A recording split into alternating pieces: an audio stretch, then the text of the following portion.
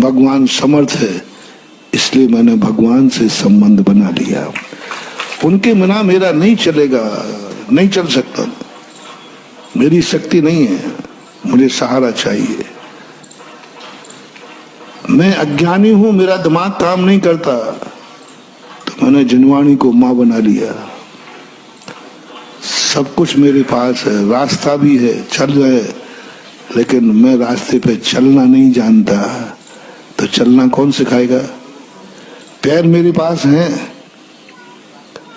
जैसे कल कहा था ना, गाड़ी तुम्हारे पास है और तुम जाना भी चाहते हो, लेकिन चलाना। इसी प्रकार अपन लोग मोक्ष मार्ग पे हमें चलना है। मोक्ष मार्ग मिल भी गया, शास्त्रों में मिल गया, ये मोक्ष मार्ग है और मैं चलने की इच्छा रखता हूं, चल सकता हूं, लेकिन मैं चलना नहीं जानता, इसलिए गुरु बनाना जरूरी है। जो बात मैं कह रहा था, आज तथा कथित जो अध्यात्मवादी है, ये कह रहे हमें किसी का सहारा नहीं लेना, इनकी गति बिगड़ेगी। महानुभाव में भक्तों से कहना चाहूंगा, गिरने की अपेक्षा सहारा लेने में कोई बाधा नहीं है। थोड़ी मान हानि होगी, थोड़ा हाथ जोड़ना पड़ेंगे, थोड़ा नमस्ते कहना पड़ेगा, लेकिन दांत टूटने से बच जाएंगे। हाँ, बड़े मानोगे तो हाथ पैर तो जोड़ना ही पड़ेगा और उनको बॉस कहना पड़ेगा, लेकिन जिंदगी गिरने से बच जाएगी। इसलिए जो गृहस्थ ऐसा कहते हैं जिनका गुरु की जरूरत नहीं, भगवान की जरूरत नहीं, इनकी मौत अच्छी नहीं होती। और जो व्यक्ति सहारा ले लेता है गुरु की, उसकी मौत भी महोत्सव बन जाती है, मृत्यु महोत्सव। 48 मुनिराज का सहारा मरते समय लेना, मैं स्तब्ध रह गया कि मरते समय सहारा, हाँ, क्योंकि मैं पंचम काल का हूं। अब जो कल, अब ये निर्णय अपन कर चुके, जब मैं ही बिना संबंध बनाए नहीं जी सकता, तो तुम्हारी ओर बता दो, तुम किस खेत की मूली हो? जब पंचम काल में चक्रवर्ती ने स्वप्न देखा, भगवान ऋषभ देव ने कहा, जो मुनिराज सिंह के समान विचरण करते हैं, इन्हें किसी की जरूरत नहीं है, वे भी पंचम काल में झुंड में रहें, समूह में रहें, अकेले। अभी हमारी बात बता रहा हूं, अब तुम्हारी दशा, तुम एकाकी परिवार हो रहे हो, मरोगे। आज सबसे ज्यादा हार्ट अटैक किनको हो रहे हैं, ब्रेन हेमरेज किनको हो रहे हैं, नींद हराम किनकी हो रही है, डिप्रेशन, क्योंकि सारा भार किस पे है? अब तुम अकेले बाहर गए, बीवी घर में है, अब जाओ बेटा, टेंशन। आज बच्चों को स्कूल कौन ले जाएगा,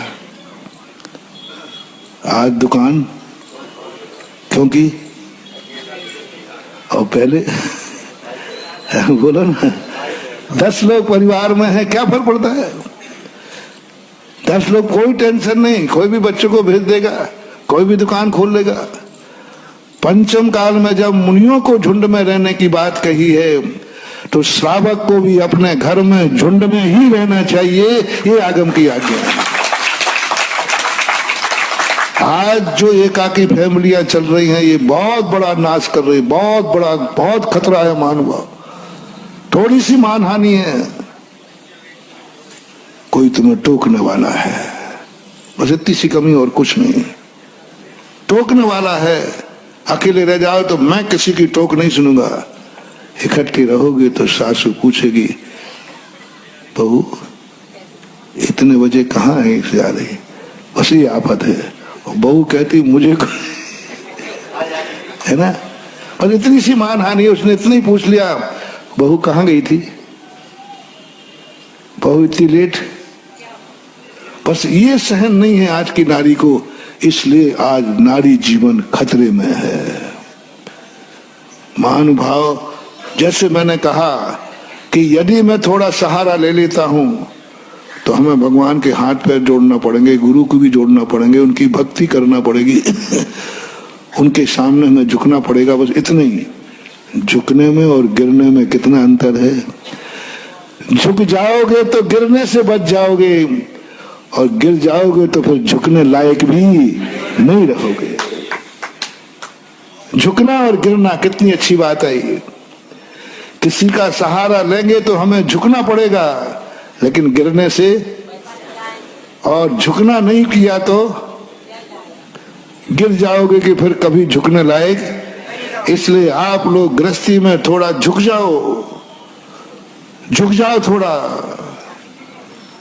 थोड़ा सुन लो टोक, सुन लो व्यवहार।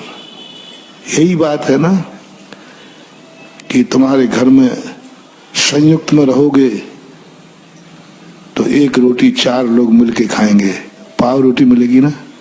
और अकेले में बोल दो महाराज अकेले रहेंगे तो पूरी रोटी डकारूंगा। ये बस इतना ही सा है, मैंने सब डिसेक्शन कर लिया। ऐसी बात नहीं कि मैं, इतनी सी कमी है कि यदि संयुक्त परिवार में रहे, तुमने लाख रुपया कमाया, एक भाई कम कमाता है और एक कमाता ही नहीं है, तो तुम्हारी कमाई के 4 हिस्से हो जाएंगे। और अकेले रहोगे तो लाख रुपया तुम्हारा होगा, लेकिन जब हार्ट अटैक होगा तो, ब्रेन हेमरेज होगा तो, जब बच्चे भ्रष्ट होंगे तो, जब बच्चे बर्बाद होंगे, क्योंकि तुम घर में रहे नहीं, संयुक्त परिवार है नहीं।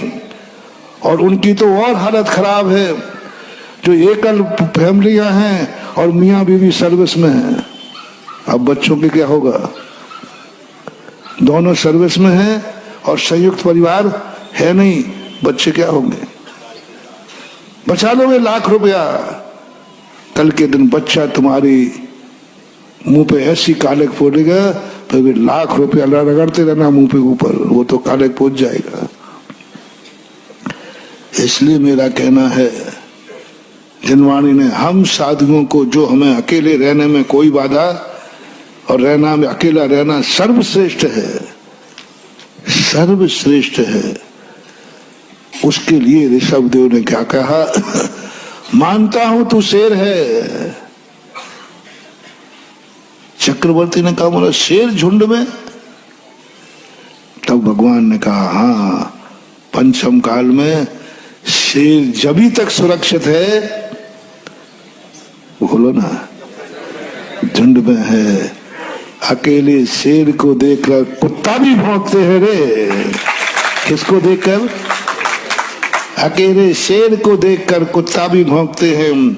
और शेर झुंड में हो तो हाथी को भी बस में कर लेते हैं।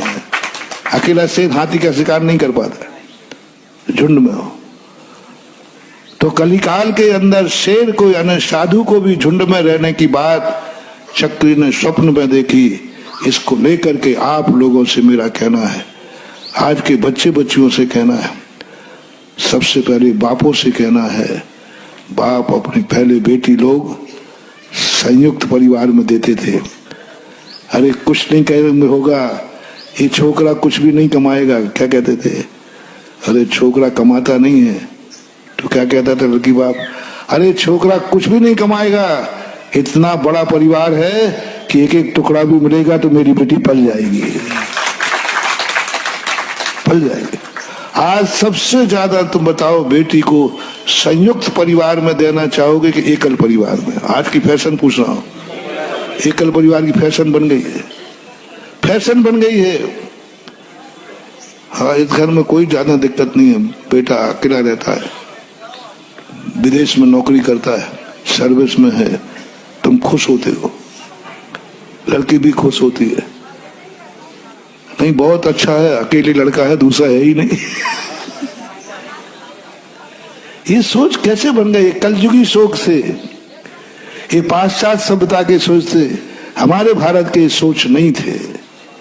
हमारे भारत में कहते नहीं, संयुक्त रहो, थोड़ी मानहानि होगी, थोड़ा 1 रुपए के 4 भाग होंगे, 1 रोटी को 4 मिलके खाओगे, लेकिन हमेशा कोई भी दुर्घटना होगी सब मिलकर के शेयर कर लेंगे, शेयर कर लेंगे। तो मैं तो अपने भक्तों से कहना चाहूंगा, कितना भी मान अपमान सहन करना पड़े, लेकिन संयुक्त परिवार का जीवन बिताओ, बहुत फायदा है। और उसके लिए अब अपना संबंध की बात तो कल की थी, आज उसका उपसंहार